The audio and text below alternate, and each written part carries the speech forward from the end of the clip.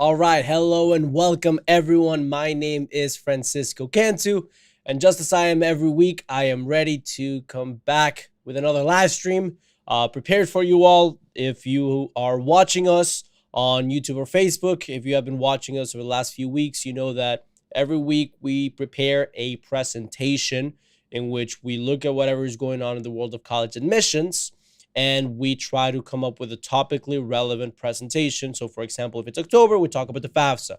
If it's the summer, we talk about extracurricular activities. However, today we have been preparing over the last few weeks to come up with a presentation that is more comprehensive, that talks about the entire process from start to finish, and that focuses more on elevating the competitiveness of a college application more so than one specific area.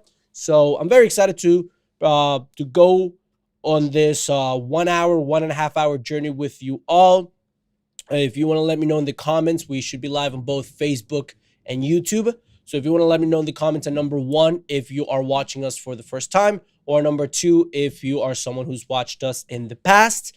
And yeah, I'm very excited to get started. And just as a little preview or teaser, this is the topic of today's presentation. Let me go ahead and for some reason this comment is popping up. All right, let's see. I'm having a little bit of technical difficulty. There we go, hiding that comment. All right, so today's presentation is going to be on the top secrets to getting accepted to college with scholarships. So if you're interested in that, or if you want to do us a solid favor and share this with other parents or students who are going through the same journey, or who you know might get a benefit or get some value out of this presentation, it would be a great thing for you to do to share this with them. It would provide, again, a lot of value, not only for the people that you're sharing this content with, but for us. All right. So let's go ahead and go over what we will be covering in today's presentation. All right. In today's presentation, let's start actually with whether or not you're in the right place. All right. So you are in the right place if you are a parent who is confused about what you should be doing in the college admissions process. You are also in the right place if you are a student who wants to elevate the competitiveness of their college application. You are also in the right place if you are a student or a parent who is worried about how you're going to finance that education. You are in the right place if you don't want to go into a lifetime of debt, or if you want to learn exactly what colleges are looking for. And that's probably one of the most recurring questions that we get, which is, what are colleges looking for, or what should I include in my college application? So we'll be going over all of that today. And finally, we're going to be covering how to get the best college aid, all right, for both financing and for getting accepted to college. All right. So that's what we are going to be covering in, or that is who this presentation is for. Additional, or on top of that, here is what we will be discussing in today's presentation. So these are the main secrets or the main topics that will drive our presentation forward today. Okay, so first, we're going to be talking about class ranks and how to get in the top 10% of your high school class rank. Then we're going to move on to SAT, ACT exams, how to improve your score, how to get a top 1% score. Then we're going to move on to the main thing that colleges are looking for in their applicants. Then we're going to go over how to write a perfect college essay.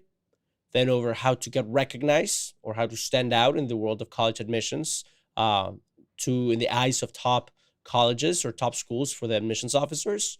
The last two tips are going to be related to financing a college education. So they're going to be related to the different types of college aid and which one is the most worth it and what's the best type of college aid. And the last one is going to be the easiest scholarships, private scholarships that you can start applying to today and where to find them. All right. So without any further ado, let's go ahead and introduce ourselves. I'm Francisco Cantu, as I mentioned at the beginning of the presentation, and I'm going to be going over a bit of my story, my statistics when I was in high school, my higher education, and then what I've been doing over the last 5 years with Best College Aid. So first, my life in high school, and this is something that I don't think is particularly relevant, but everyone loves to compare statistics and talk about what schools you got accepted to and what statistics you had. So in case you were wondering, back when I was in high school, I was the ranked 20 out of 435 students. I was a captain of the swim team. I was class president for 3 out of the 4 years. I was VP of NHS, National Honor Society, and my ACT was a 30. My GPA was a 3.72.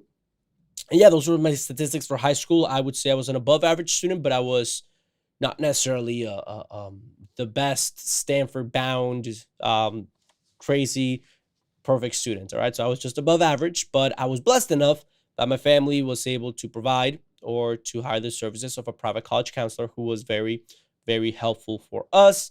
And his help combined with my parents' help and my hard work culminated in receiving over $1 million in financial aid and scholarships combined from all the schools that I applied to. And ultimately, I ended up attending the University of North Carolina, UNC Chapel Hill, where I attended the Keenan Flagler Business School, receiving around $220,000 across 4 years. I was also able to study abroad in Paris for free. It was covered by the financial aid and scholarships that I received. Finally, I was the president of the Academic Honors Fraternity there at UNC. All right. So, what happened after I graduated from college? Well, when I graduated from college, I was again blessed enough to be offered my dream job at one of the largest tech companies in the world, Cisco. However, I had started during my last 2 years of college with my family best college aid. So, the decision of going the corporate route or coming back to South Florida to further grow Best College Aid and work on this full time, well, I decided to do Best College Aid. And it's been 5 years since we've been operating. And luckily, we've helped millions of people across all of our social media content that we've come up with on TikTok, YouTube, Facebook. Everything that you've seen us, and the reason why you're here is probably because of social media.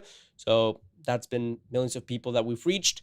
And then thousands of students who have been part of the Best College Aid family membership, who have accomplished significantly better results than we did, getting accepted to top schools like Harvard, Stanford, Yale, MIT, Georgetown, UF, many of them with financial aid award packages of over $1 million from all the different schools that accepted them. So we've been fortunate enough to help a lot of people, and that's been the story over the last 5 years. I just thought I'd get started with that before moving on to the reason why you are here, which is to learn the top secrets to getting accepted to college with scholarships. All right.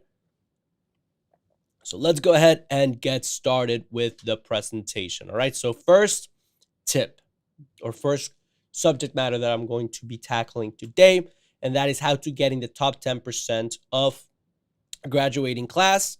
I want to start off very basic. High school GPA. The higher the grade, the higher the GPA. There are different types of GPAs, some based on strictly the grade that you get out of 4.0. If you get an A or 100, you get a 4.0 GPA. If you get a B, a C, it goes down. So that is unweighted GPA. Very simple. The higher the grade, the higher the GPA. And then high schools look at this number and they rank students based on which students got the higher GPA, and they align them in order, and that's how you get your class ranks. All right. So why do these matter? Well, to colleges, they are a representation of not just how the student performed one semester, 1 year, but rather they are an indication of the performance of the student over the 4 years, right? So that is particularly relevant for them because it's an indicator of the discipline of the students. And it also highlights the ability within a homogeneous group of people who have the same opportunities, the same classes, the same background, or similar backgrounds, how they will thrive in a similar environment, regardless of whether that environment is in California, New York, Florida, Texas, whatever the case might be, all right? So that is kind of the relevance of class ranks. And when I was preparing for this presentation, I was looking at, or I was reading this 2013 study that was done in Texas, where they looked at students from across the state and who attended high schools from different socioeconomic backgrounds and went to different colleges and pretty much tracked their performance throughout college. And it shows that there was a 60% chance of students who were in the top 10% of the graduating class to get a B average in college or higher, right? So it was a stronger indicator than even SAT or ACT scores. So The fact that it's a strong indicator of how well the student goes on to perform in college further validates why colleges care about class ranks. All right. So now that you have an idea of why these rankings matter, let's talk about how we can go ahead and sneak into the top 10% or make sure that we have the best fighting chance at getting a good class rank. All right. So to enter the top 10%, you need to leverage advanced level courses. Okay. So high school level, there are three levels that most high schools offer for the classes that they have available for students at their school. Number one is regular, number two is honors, and number three is advanced or college level courses, which could be APs, could be IBs, could be dual enrollment. And as I mentioned at the beginning, the rigor of the courses taken gets factored into a weighted GPA. And although GPA, sometimes we get questions about which GPA matters more, weighted or unweighted. The truth of the matter is that a lot of colleges ask for your transcripts so that they can recalculate your GPA. But for the most part, the best strategy or the best rule of thumb of what your students should be doing is they should, first of all, forget about regular classes if your student is in a position in which they can take honors level classes as their baseline. That should be the course of action, because realistically, the expectations from a regular course versus an honors course is not that different, but the ramifications that it could have on your GPA or on the way in which colleges view the student, whether they took advantage of not of their courses offered, is quite significant. So as a general rule of thumb, I would not suggest to take any regular level courses. And so once you start with honor level courses as your baseline, you would move on to leverage advanced level courses or take AP classes, IB classes, dual enrollment classes, whatever your high school offers, in the subject matters that your student is passionate about. So they should be, if they want to be an engineer, or if they want to be a doctor, or if they want to be a psychologist, well, they should be taking AP Calculus, they should be taking AP Bio, AP Chem, AP Psychology, depending on how it relates to the major and to the course of study that they're going to pursue. All right? It is very easy to demonstrate passion. It is very easy to have a cohesive, sensical college application if the courses that you took align with your career interests. Now, once the student gets comfortable with that sort of level of the courses, or that rigor of the courses, then the student can stack up, or they can start adding more AP classes or more dual enrollment classes on different subject matters, which can be used as a boost to the GPA. All right. But traditionally, setting your students up for success with the initial AP course that they take is a good practice. All right. Now, some people wonder, or some people are nervous because their high schools may or may not offer as many AP or IB or advanced level courses to their students, to which I want to let you know that colleges, for the most part, can see the courses offered at your high school. And it is just as important to make sure that whatever few courses your high school offers, that your student is taking advantage of them. Because again, the whole point of class ranks is to see how the student performs in the context of the opportunities that they had at their disposal. All right. Pretty easy. We're starting off with something quite sensical, but I want to move on. And the more that we elaborate on this presentation, we're going to get more and more technical. However, I want to move on to the second tip in today's presentation, which is how to earn a top 1% SAT or ACT score. All right. So let's start with a little bit of history, or with a little bit of context as to what happened with standardized test scores after COVID-19. A lot of institutions, a lot of schools became test optional when COVID became a thing. Now, years later, it started because there were availability, or there were limitations as far as accessibility to testing venues for students, so colleges made them optional. However, years later, a lot of schools, even though those restrictions are not in place anymore, those limitations are not in place anymore, a lot of colleges have been increasingly so implementing or adopting permanently or indefinitely test optional policies. What has the result of that been? right now, or the last admitted student cycle, around 80% of students chose to submit their scores to test optional schools. But the inadvertent or the accidental result of these policies is that students, rightfully so, kind of started to think, okay, well, if it's optional to send in my SAT or ACT score, then I am going to go ahead and take this exam, strive for the best score.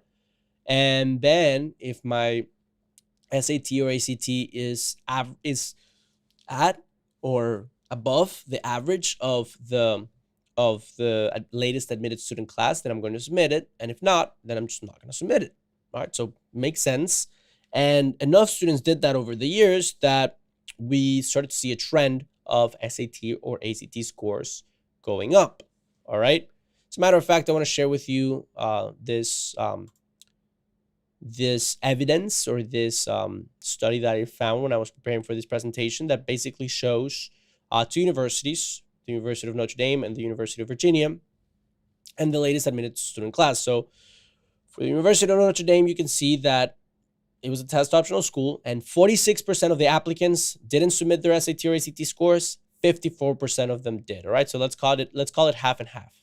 However, when you look at the admitted student population, only 30% of admitted students didn't submit their SAT or ACT scores, and 70% of the students who were admitted were students who had submitted their SAT or ACT scores. So the acceptance rate for students who submitted the scores was 22%, while the acceptance rate of students who did not submit their scores was only 11%. So less than half of the percent of admissions that they had, or around 0.5%. All right. So the University of Virginia saw something very similar. 42% of students didn't submit their scores, 58% did. But when you look at the admitted student population, instead of keeping the same breakdown, it favored heavily students who submitted their scores. And also around half, the acceptance rate for students who did not submit their score was half of that of students who did submit their scores. So what does this tell us? Well, it tells us that even though the title of the policy or the schools label themselves as test optional, what we teach our students inside Best College Aid is that a good test score is not optional if you want to become a compelling and competitive applicant. All right. So I wanted to start with this context just so that you would understand the importance and the how much you should be conscious, or your students should be conscious about why they should or shouldn't take the SAT or ACT scores. And clearly the data suggests that they should be trying to take it and striving for the highest score possible, because it significantly increases the odds of acceptance, or the competitiveness, or the appeal of their application. All right. So now that we understand the context, let's go ahead and see what is our strategy to improve or increase your test score. So to start us off, I'm going to elaborate on it more as I go along, but basically you want to use, because these exams are very repetitive, or they have a very well-structured recurring format, you want to use previous official exams for practice. So go on the website of SAT, or the College Board website, or ACT organization website, and print out physical copies of old exams. And then I want you to take out a chunk of time on a Saturday or a Sunday at the same time that you would go and take the exam, and take these tests under realistic conditions. You want to grade them. You want to study the areas that you underperformed in.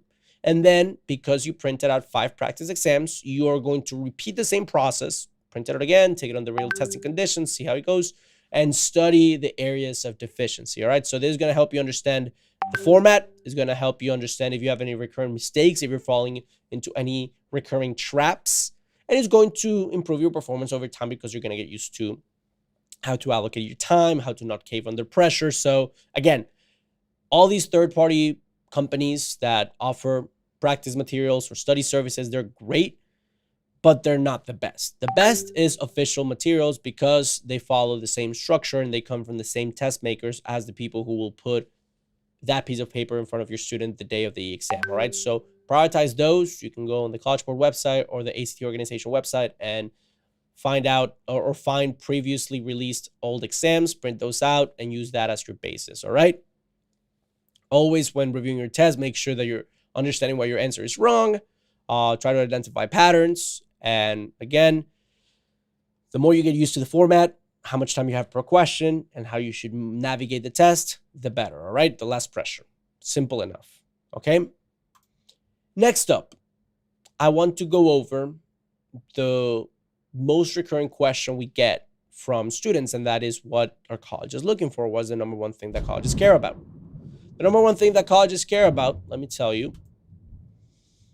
First, let's talk about some context, okay? So colleges are becoming more competitive. If you look at the data from the last 15 years, there are a lot of universities, but for example, if you look at Boston University, the acceptance rate in 2007 was 54%, whereas the acceptance rate in 2022 was 14%.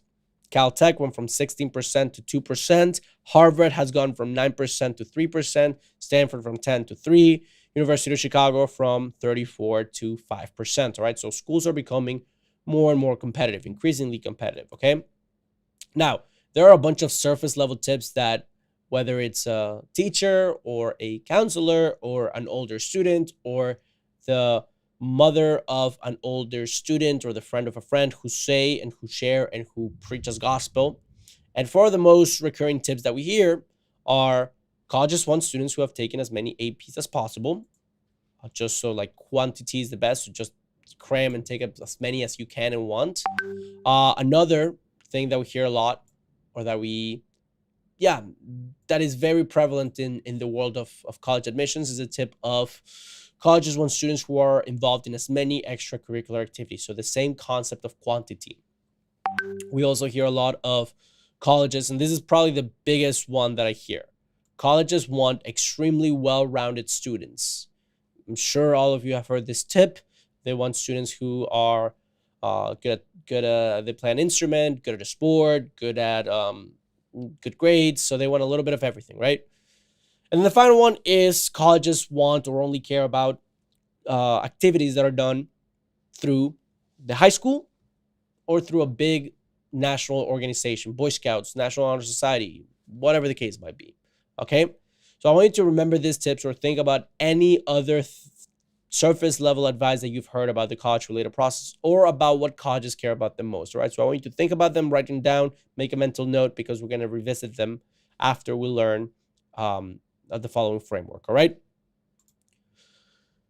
Before we go over the framework, I just want to remind you of the 6 most important. They're not all of them, but the 6 most important components of a college application are the transcripts, which include GPA, class rank, rigor of courses taken, which is the first thing we covered, standardized test scores, SAT and ACT, which is the second thing we covered, then extracurriculars, essays, letters of recommendation, and interviews. All right, so those are some of the main components of a college application. And I wanted to go ahead and share these because if you look at the following table, you get a university like Harvard. And this table is, or this graph is taking 2 variables. It's taking GPA and SAT/ACT scores. All right. So 2 of the most important components of all the components of a college application I shared before are basically laid out in this table that shows out of the latest admitted student class, what was the average GPA or what was the GPA of admitted students and what was the SAT or ACT scores. And what you can see is that there is a trend, or there is an inclination or a cluster of points of green dots for students who have a 4.0 GPA. And obviously the higher the SAT or ACT scores, so the more to the right, the better. So there's a cluster in the top right corner with a lot of students having a perfect GPA and a lot of students having perfect standardized test scores, right? Okay, but what happens when you take the same graph, but instead of plotting the students who were accepted, you plot the students who were rejected? And when you look at that, you see that there are way more students who have perfect GPAs and who have very competitive SAT or ACT scores who are still being rejected from this institution.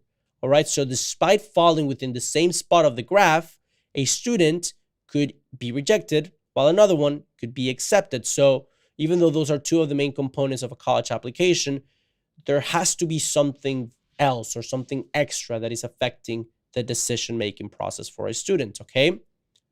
Now, this is a view of the tables side by side.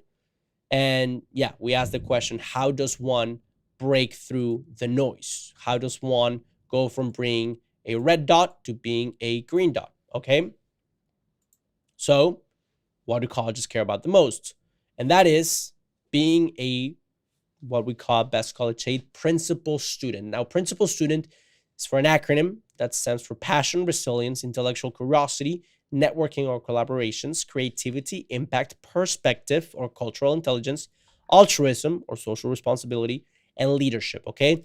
And we're going to be revisiting the four main tips or four main surface level pieces of information or advice that we shared earlier, but we're going to elevate our level of consciousness and we're going to think of them through the lens or through the framework of the principal student model. Okay. So the original tip was colleges want students who are, let me go ahead and share and move my, oops, let's see. Let's go ahead. I want to move myself out of frame so you can see the tip. All right. So the original surface level tip that we heard, the first one was colleges want students who have taken as many AP or IB classes as possible. In reality, colleges want passionate students who excel in however many advanced level courses they are taking in the fields that they have intellectual curiosity in. So instead of just taking a bunch of APs and getting C's and B's in all of them, it might be a better idea, or colleges care way more about students who are taking a limited amount of AP, IB, dual enrollment courses, but who are intentional about the subject matter they are taking these courses on, and they are excelling in these courses. And then once they gain that comfort with taking advanced level courses, they can move on to the quantity aspect of it. So that's why we started off the last tip the way that we did. All right. So sharing that advice in regards to having honors classes be your baseline, but then start expanding on the topics that you care about. Okay. Second tip or surface level advice that we shared was colleges want students who are involved in the most extracurricular activities as possible, where in reality, more than quantity, colleges care about students who, if instead of taking or being a part of 10 extracurricular activities, they are a part of 3 or 4, but are they having an impact and are they being leaders within that organization? So very, very important, way much more valuable to be an impactful, active member of an organization who has something to show for it than just paying $5 for 11 different clubs during your senior year and saying, hey, I was a member of 11 clubs. Okay. Colleges want extremely well-rounded students. That is, again, the most common myth, because in reality, colleges are not building a class full of well-rounded students. They're rather building a well-rounded class. And a well-rounded class is made up of individual students who have unique perspectives, who are resilient, and who have a spike in a particular area or an expertise. And if you have enough outliers in different fields and you put them all in a cluster, that becomes a very well-rounded, large circle. Okay, so it's way better to be, yes, have good grades and do a bunch of different things, but have one area or one thing that you are world-class in. That is way more valuable. Okay, and again, the principal student model explains how that fits into passion, perspective, resilience. Okay, and then the final thing that colleges care about or want, or if we want to look at the surface level tip and then compare it or elevate it through the principal student framework, if you look at the thought or the idea that colleges only care about extracurricular activities done through the high school, you'll come to realize that that's not necessarily true, because colleges view any activity, whether it's done in the classroom or outside of the classroom, that is done through the altruistic lens or through the sense of social responsibility, as something that is worthwhile, especially the student collaborates with other people. So we're going to be talking more about how the essay can help us show that we're principal students. All right. So that ties perfectly into the next tip, which is how to write the perfect college essay. Why? Because, and let's go ahead and move my image back down here so that we can go back and be back in business. But yes, the next tip is how to write the perfect college essay. And for the perfect college essay, let's find out why it even matters. So the role of a college essay, although different schools will have different priorities or value that they place on these elements of the application, it's known to be around 25% of the decision-making process. It is one of the few ways in which a student can go from being a 3.7 GPA, 32 ACT, to having a story and having an image or a name to their numbers. All right. So it's really important to take advantage of it, especially because strong essay can be the defining factor between applicants who are similarly stacked against one another in terms of their statistics. And if you have a good essay, you'll be the one who gets picked. And if you don't, you might be the one who doesn't get picked. All right. So with the importance of the essay clearly stated, how do you write a perfect one? Well, you make it past the principal impact test. The principal impact test takes all the concepts or all the extracurriculars or all of the components, characteristics of a principal student and asks the following questions through your essay. Are you showing that you have a genuine love or area of interest that you're passionate about? And if in the essay you are writing about a particular, at the university that you're applying to, a particular professor, class, course, major, program that aligns with your passion, though that's bonus points. That's exactly what you want to do. All right. Resilience. If you are displaying, sharing, showing, not telling instances in which you overcame adversity, that's a great point. Is your essay demonstrating intellectual curiosity, or I know Stanford calls it intellectual vitality, but the component of wanting to learn for the sake of learning? If that's the case, then you're on the right track. Networking, are you displaying or communicating a good ability to work with other students, with other people? That is also very, especially if you are going to go into a field of study that is quite collaborative, very important to display that through your essay. Creativity, are you showing how you can demonstrate or solve problems through different ways of thinking? Impact, and with impact is a very important one in terms of extracurricular activities. Why? Because it is not the same thing to say that you were a member of a club or that you were the treasurer of a club, than to say I fundraised X amount of thousands of dollars for this organization, or I improved member retention by 250% from when I took over to when I left. So colleges love learning about impact through tangible, measurable amounts, number, statistics. All right. And it is often a great way to demonstrate that you were not just a member, but rather someone who contributed. And that's the way that you could contribute to a college campus. Next up, there's perspective or cultural intelligence. Again, as I mentioned earlier, colleges are looking to build a well-rounded class, not a class full of well-rounded students. So if you have a diversity of thought or a cultural diversity or something that you can bring to the table through your essay, very important. Altruism. So this is a very big one that a lot of people don't capitalize on. So let's imagine for a second that a student started an esports club in their high school, okay? Or they're part of the environmental club in their high school. Let's start with the example of the esports league, okay? For some, a student who might fall, if we revisit the graph for Harvard with the green dots being accepted students and the red dot being rejected students, even though they have the same statistics. For some students might describe that activity as created a league in which me and other students met during lunch to play video games. And that's as far as they will go to describe that extracurricular activity. However, if we look through the lens of the principal student methodology that we teach in Best College Aid, you will take the same activity, but you will add an element that highlights the student's commitment or the student's willingness to help others, make a difference, and leave the world better than they found it. So instead of just saying we played video games during lunch, you should be explaining how maybe because you're aware that there were people whose introverted nature kept them from making friends or crossing spheres of influences, you wanted to develop an atmosphere or an area, an environment in which everyone could thrive and there could be a sense of camaraderie that would enable introverts to maybe meet with people they wouldn't have otherwise met. So it's the same activity, and nothing about the students' qualifications change. The GPA stays their GPA, their SAT or ACT stays their SAT or ACT. But again, you're using the principal student method to make sure that your essay conveys the proper qualities that colleges are looking for that we learned in the previous slide, okay?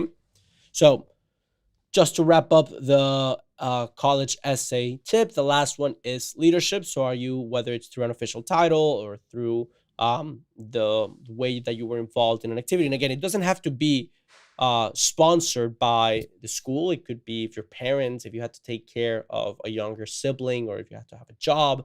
All of those things are ways in which you can display leadership, okay? So don't limit yourself to just the traditional vice president, president, treasurer, right? So how do you know if you have the right essay? Well, notice how none of these tips or slides have to do with make sure that it's revised by a teacher, or make sure that the conjugation and the punctuation is correct, because again, this presentation assumes, and what I'm assuming that you already are going through all of that, and if you're watching this is because you are carrying either parents or students who know that that's the bare minimum you should be striving for, and sure, you can learn about that on a blog or a YouTube video that you find somewhere. But I want this tips that I'm sharing right now is to elevate the level of a college application to what college to Ivy League tier universities are looking for, right? So I just want to make a parenthesis there in case you were wondering why I didn't mention revisions and making sure that punctuation's right, because I'm assuming that all those things are given, okay? So how do you know you have the perfect essay? Well, on top of all those givens of having zero grammatical errors and making sure that it sounds and flows well, the perfect essay should satisfy the one non-negotiable concept is passion. You got to make sure that, again, specifically or especially if you can align what you want to study with a professor, a teacher, a class, something like that, that is phenomenal. That is non-negotiable, showing that you are really going to a school with an intentionality of studying a particular field of study. And then no less than 4 other principal student characteristics, okay? It can be whichever ones your student demonstrate the most. It could be intellectual curiosity, the impact that they had in their classes, whatever the case might be. Just pick 4 others on top of passion, and you will have a winning essay, all right? So that's the best college aid methodology. Hopefully it helps you when drafting out your essay. Now I want to move on to, let's say you have, as we mentioned already, great GPA, great SAT or ACT scores, and you have a great essay. What's next? Well, another thing that we can do to stand out is to get recognized by admissions officers, especially if they are top schools. So how do you do this?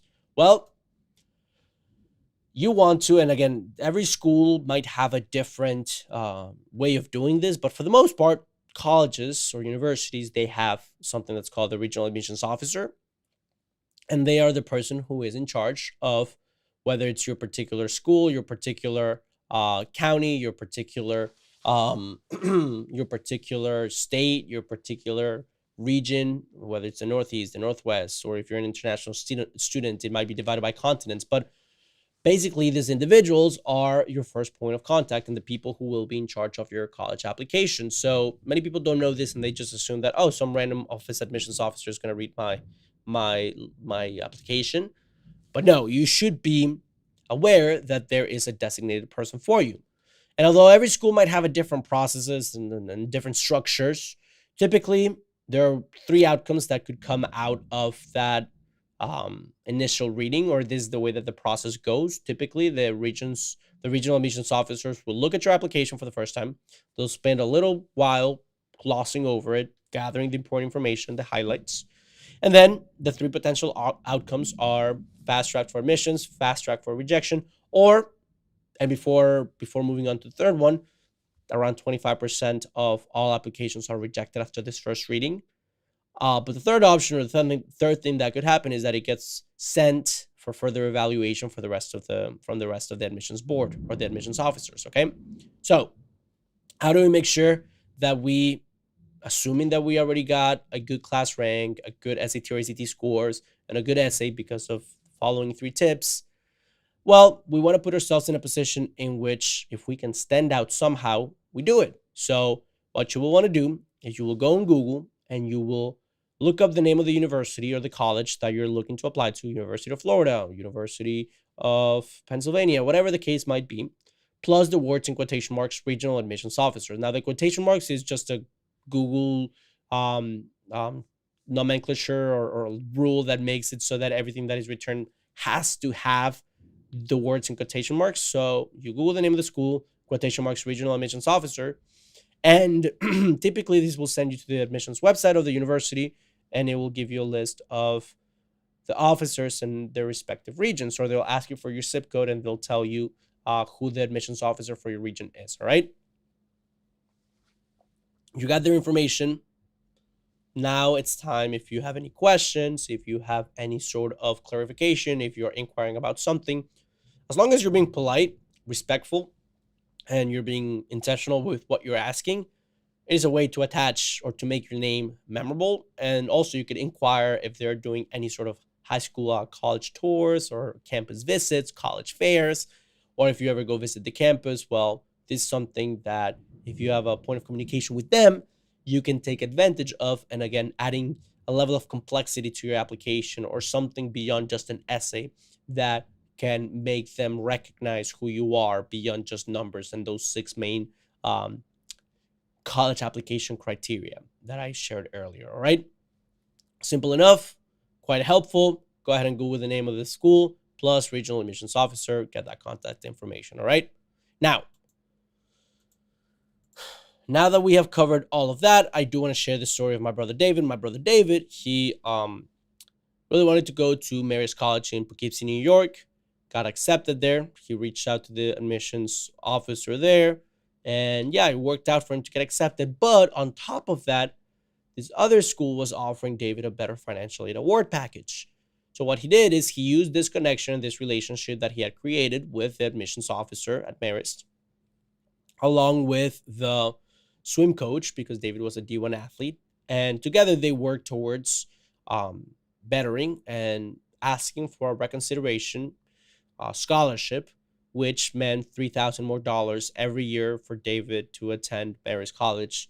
And it all started from establishing a connection with this regional admissions officer, right? So if you do it politely, worst case scenario, the difference or impact is negligible in your application. And if you do it right, not only will it help admissions, but it would be a valuable point of contact if you ever need to renegotiate or if you ever are wondering anything about the application process. All right.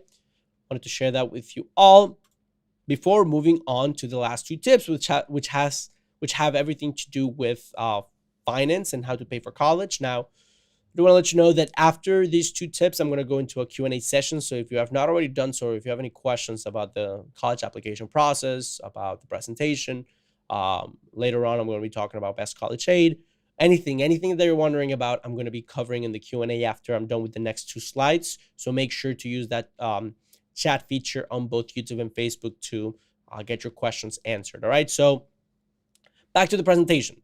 How to earn the best college aid. Well, when I was preparing for this presentation, once again, I wanted to make sure I brought relevant data and statistics. So I was looking at the cost of college since 1992 to last year. And it's gone at private four-year colleges from $21,000 on average to $39,000. Public schools have gone from $4,000 to $10,000. And public two-year schools have gone from $2,000 to $3,000. All right. So obviously there's inflation there that will make things naturally seem or be more expensive in terms of net dollar amounts. However, when you calculate for inflation, you can still see some pretty significant increases in the cost of college.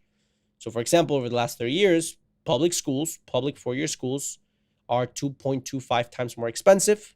Private four-year schools are 1.8 times more expensive.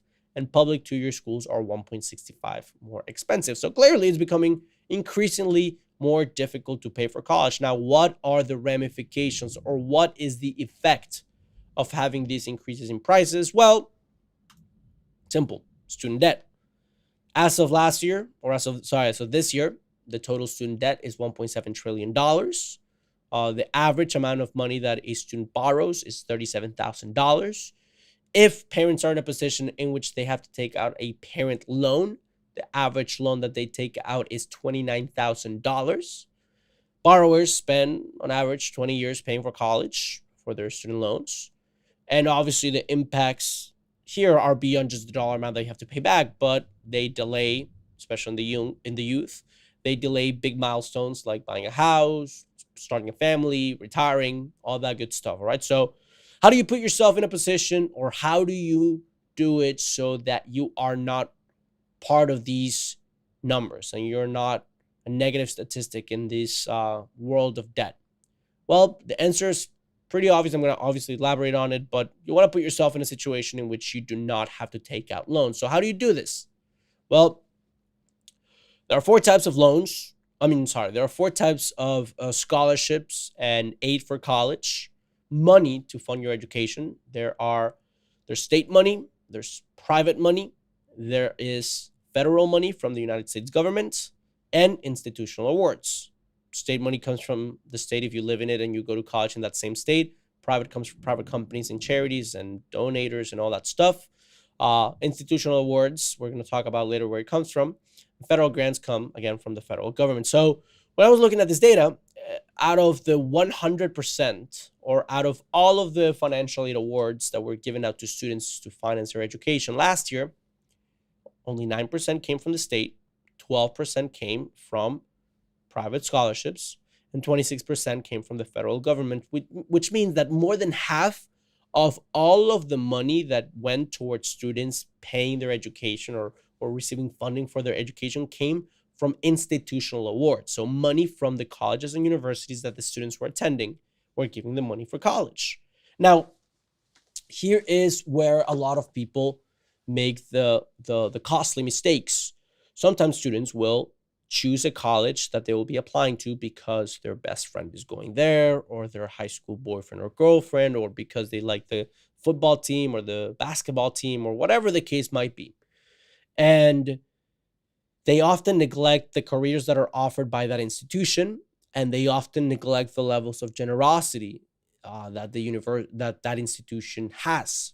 And what I mean by this is that not all colleges are equally as generous. But I mean by levels of generosities, not all colleges satisfy the same percentage of financial need for the students.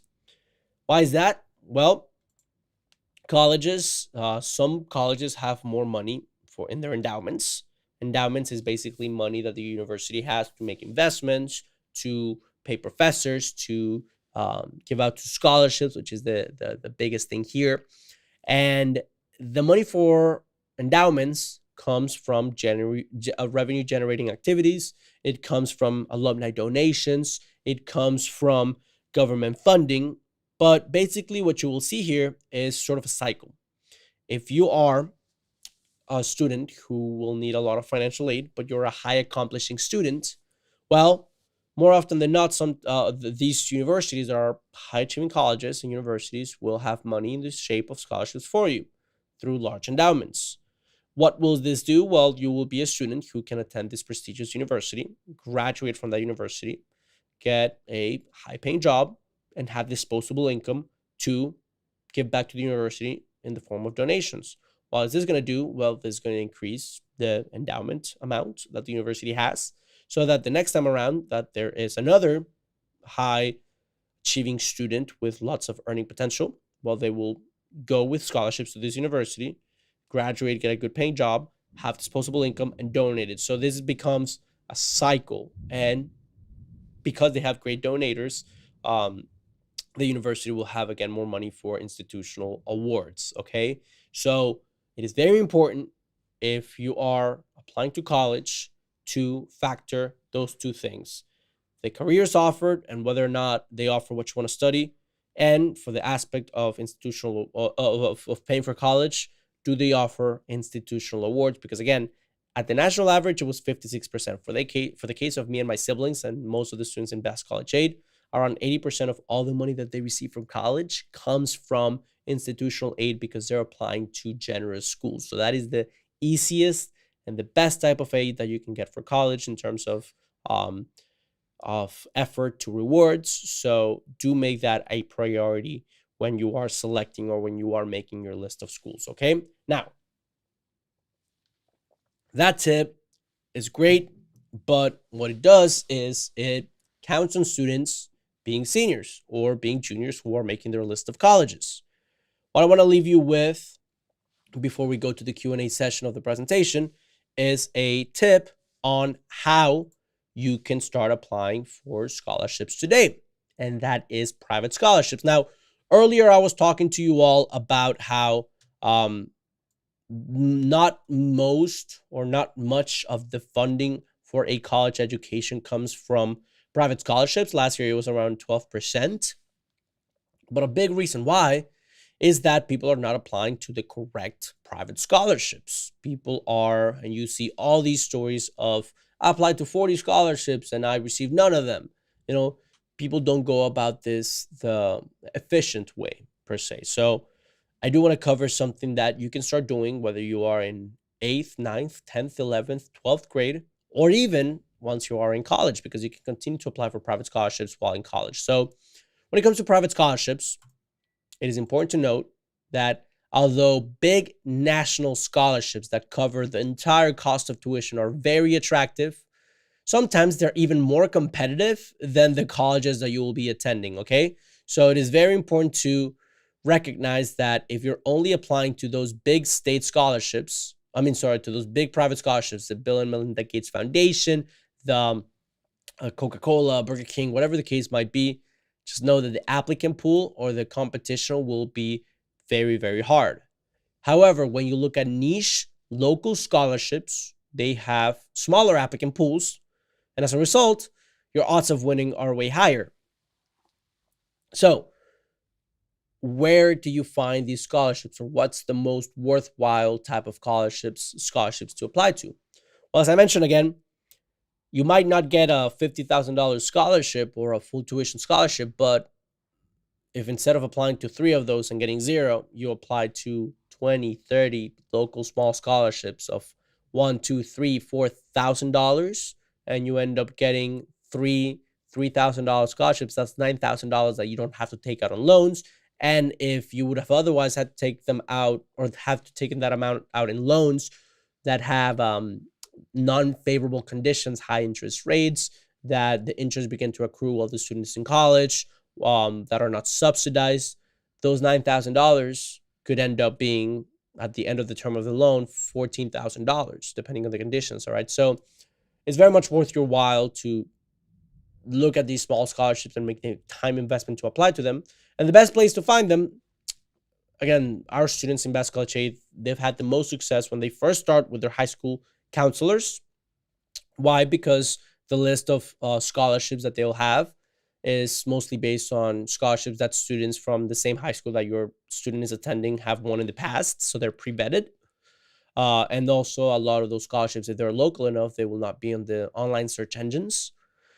Next up, you can go to the parent's employer, or if the student has a job, the student's employer. That company might have scholarships that are available for people associated with being part of the workforce of the company.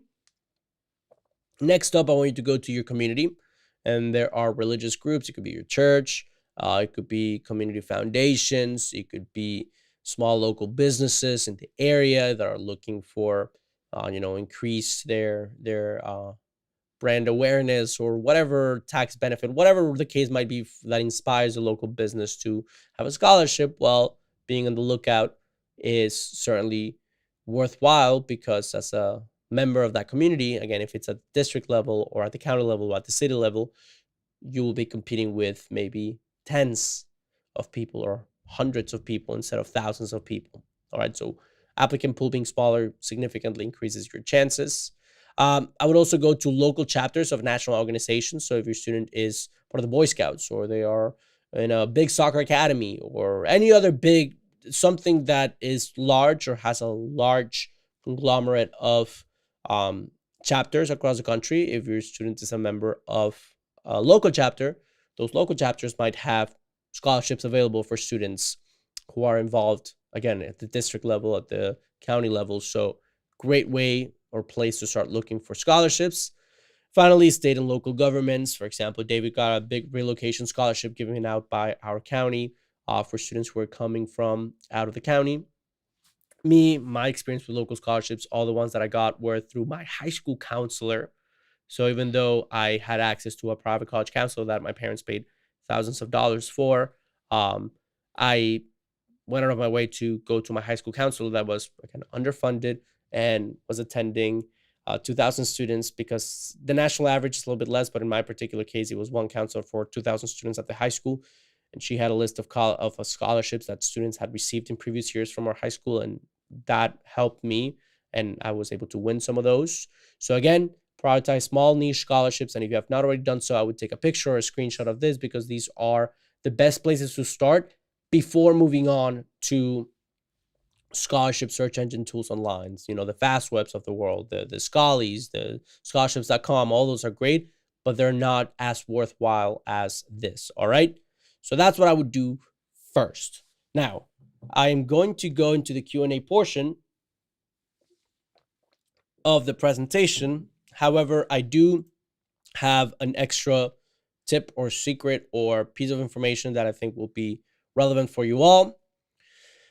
And that is that you should try to get someone who has gone through the process and made the mistakes already or successfully navigated the process to be a sort of guide or someone that you revert to throughout the application journey. So, for example, someone who already went through applying for 40 big national scholarships and received 0% of them, but when they applied to one local scholarship, learned that they're the most effective.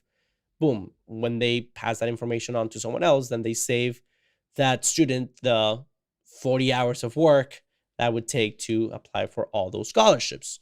Or if you have a parent or a student or a counselor who already pre-vetted schools based on of institutional generosity, then this could help your student avoid applying to non-generous institutional schools and only relying on state aid or federal aid or private scholarships, and as a result have to take out loans. All right, so it's always beneficial when you have someone there that has gone through it and that knows the process. Now, in a perfect ideal world, this would be the high school counselors that are available at your students' high schools. However, the national average is 450 students per one counselor. So even if they have the best disposition, the best intent, the best willingness to help, a lot of these high school counselors do not have the infrastructure, the money, the how to help a student, even if they really, really want to, because they're underfunded and saturated. Now, the other option for this is private college counselors. Now, these private college counselors charge around $10,000 for their services, and they can be of great help, can help your student get thousands and thousands of dollars, tens of thousands, even hundreds of thousands of dollars for college. But the thing is, at $10,000, it is not accessible, not affordable for most people. And that is part of why the last 59 minutes or the last hour, I've been sharing as much information as I could. And that is why we do Best College Aid. If you go to our Instagram or YouTube, our Facebook, our TikTok, it's all information, different formats, different packages, but it's all hopefully helpful information that takes previously committed mistakes that people make or the uncertainties of the process and kind of puts them in the light of what should be done. And for those of you, before I get to the Q&A portion of the presentation, who are interested in something beyond random Facebook live stream or YouTube live stream that just popped into your feed that you've been attentive enough or generous enough with your time to watch and hopefully got value out of, we do have a Best College Aid family membership. It's a lifetime membership that includes the following benefits. So first of all, this is the same membership that has helped our students get accepted to schools like Harvard, like Yale, like UPenn, like Stanford. We have students who have been accepted to Georgetown, Duke, students who have been accepted if they are of a different caliber of institutions. And instead of applying for Ivy League caliber institutions, they went from not wanting to go to college at all or not being able to go to college at all to get a full ride scholarship at a small private college. So we've dealt with thousands of students from different situations, different states, different everything. Again, we have thousands of students inside Best College Aid, and we've broken it down to a science where everyone is getting these great results and we are doing it through the Best College Aid Family membership. So let me talk to you about what it includes.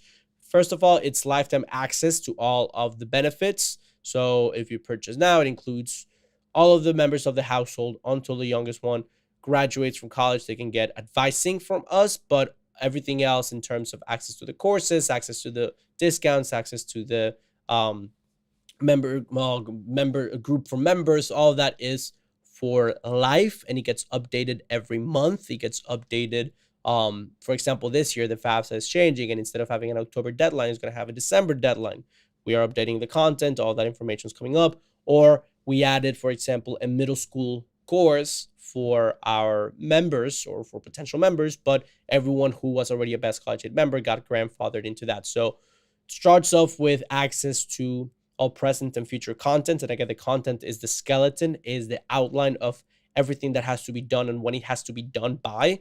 So, for example, if it's time to fill out the FAFSA, we don't just tell you, okay, it's time to fill out the FAFSA, but it's, okay, here's how you do it. These are the steps you follow. If you have any questions, these are the channels in which you can get them addressed. This is how we can help you out. So all of that is included as part of the first benefit. And I've seen other companies, other online services that charge around $8,000 for this. They try to keep that premium pricing for these services, like traditional private counselors.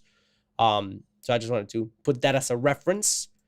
Additional to the access to the courses, we also have access to our private community for members on Facebook who ask questions, who help one another, who review each other's situations. Sometimes the counselors don't even get to the question before some parent who already went through the process answers it. So that's included with the membership.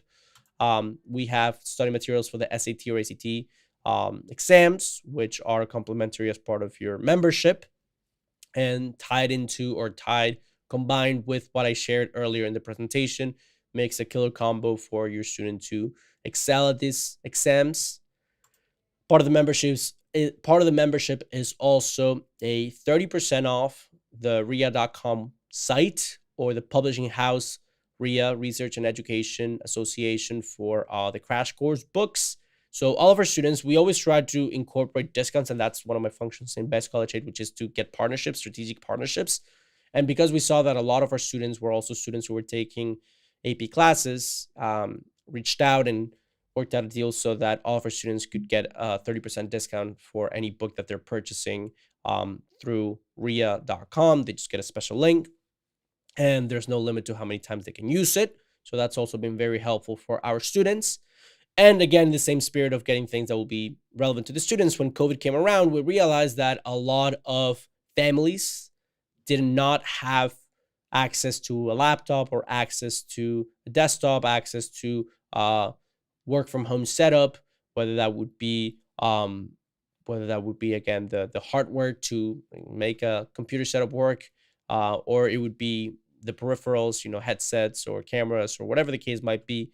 Well, because of this, I reached out to Dell Technologies to see if we could do a partnership with them. And now all of our members get a custom Dell Technology shop, in which they get exclusive discounts for materials that they're looking for. So sometimes I've logged in there and I'll see computers that are thousands of dollars having hundreds of dollars off. And that alone is good enough or worth the Best College Aid membership. But again, that's just an example of the way in which we incorporate new perks, and everyone who's already a member gets grandfathered into those perks, but how we try to keep it very relevant and very helpful for our members. All right, so that's what the Best College Aid membership includes. And now you are on top of Zoom Q&A sessions. Every month we have monthly sessions where we answer questions, our members' questions, and we follow up to what part of the process they're in. Now, on top of everything, or packaging everything that I've just mentioned, you might be wondering how much the membership costs. Well, let me go ahead and share with you the price that we are running today. Again, everything that I just mentioned inside of the membership, which are all of the lessons plus all of the benefits, would have a value if you add it all up to $10,000, which is right around what the market charges for college counseling. That's what my parents paid. That's what other parents who are in different services online pay. They pay between $8,000 to $10,000. However, because we're not in the business of charging those premium prices, and because we have been able to reach economies of scale and being able to package everything in a membership that allows us to charge less than that, we typically charge $997 for these services and for family membership. But today, we're having a back to school sale in which we're taking $500 off for a final price of $497, or 3 monthly payments of $177. Now, if you are interested in taking advantage of this sale, well, you can go ahead and here is sorry, give me 1 second. If you want to go ahead and take advantage of this sale, all you have to do is, let's say you are watching us on YouTube. So let me fix my screen. Let's say you're watching us on YouTube. Well, all you'd have to do is scroll down to the video description. And yeah, that's the live stream we're doing. It's a little bit meta. But if you scroll down to the video description of the YouTube video and you click on the link to get access now, go ahead and you click it, and that will take you directly to the sales page with the discount. All you have to do is put in your name and email, and then the next button is just going to ask you for the payment details, and the 50% off will be activated, and it will automatically take the price from $997 to $497. This sale is running from now until midnight. So for the next 4 hours, you'll be able to access this discount. Now, once I end the presentation, I don't want you to struggle with the link. So again, remember, if you want to access this sale, you would go into YouTube, and you would go to the video description. So again, this is the video that you're watching. You would go in here, you would scroll down to the video description, click on the Get Access Now link, and that will take you to the sales page that has the 50% off button. All you have to do is put your contact and payment information, and boom, you are good to go. Okay. So hopefully that is of great value to you all. Hopefully you understand everything that is included. And if not, I will be answering some of your questions for the next few minutes. But again, this is the same methodology that has helped thousands of our students get accepted to top universities with financial aid award packages better than what me and my siblings ever did. And again, it is compared to the price of other counselors, there is no comparison in the cost benefit of what you are getting with Best College Aid. So again, this sale or this offer is running from now until 12 p.m. Eastern time. We're in Fort Lauderdale, Florida, so Eastern time. For the next 4 hours, you'll be able to access this $500 off. All right. So I'm going to be checking the chat in case you have any questions. But if not, again, if you're watching on Facebook, this will be on the video description, and YouTube is below the video on the show more button. Okay.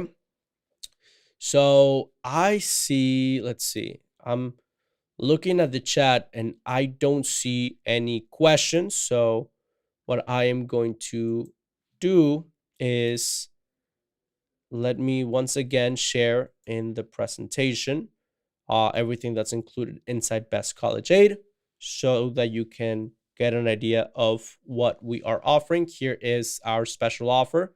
So everything that we mentioned with a total value of $10,000, well, today you can access it for $497. All right. That's a special offer. It's running till midnight. And let's see, Lisa is asking, are there benefits to taking AP classes or on-ramps? Okay, so the benefits of taking advanced level classes, on-ramps. What do you mean by on-ramps? I'm going to answer the first part, and maybe when you clarify, I can go into the second part of that question. But yeah, I mean, the benefits of taking AP classes are as follows. So for AP classes, the main benefit is that you can go ahead and save money on college credits if you pass the exam.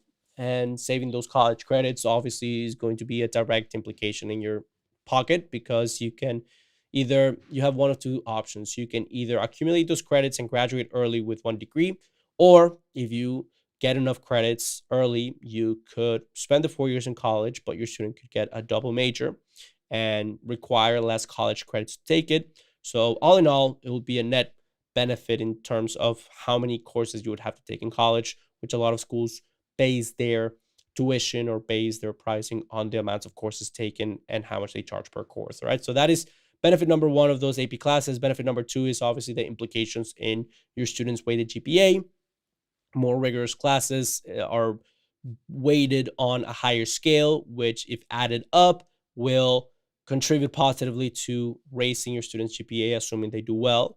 And then that will benefit the class rank. And as we mentioned in the first point of the presentation, a stronger class rank is already linked to higher college success, but also some colleges really value this as part of their college application. So that is the second benefit. And then there are also merit-based scholarships. So a lot of colleges will look at how many AP classes the student took and whether they passed the AP exam. And on top of giving them credit for the courses that they took, they will also find, or they will also, again, depending on the scholarships, depending on the college, but if there are a lot of colleges that will see or have a threshold of how many classes the student took, and they could even offer institutional scholarships, merit institutional scholarships to students who accomplished a high score in these exams and who performed well in these exams. All right. So great question, Lisa, on the worth or the benefit of taking AP classes. All right. So I see that is the bottom of the chat in terms of questions. So I'm going to leave you all with that. Once again, remember that if you want to take advantage of the sale, we're running until midnight, $500 off. So going from $997 to $497, you can check out the link below this video and you can join Best College Aid today for 50% off. I hope to see you all inside the membership, and if not, I will see you in social media. Thank you so much for being so attentive, for your questions and engagement, and I hope you all have a wonderful rest of your week. All right.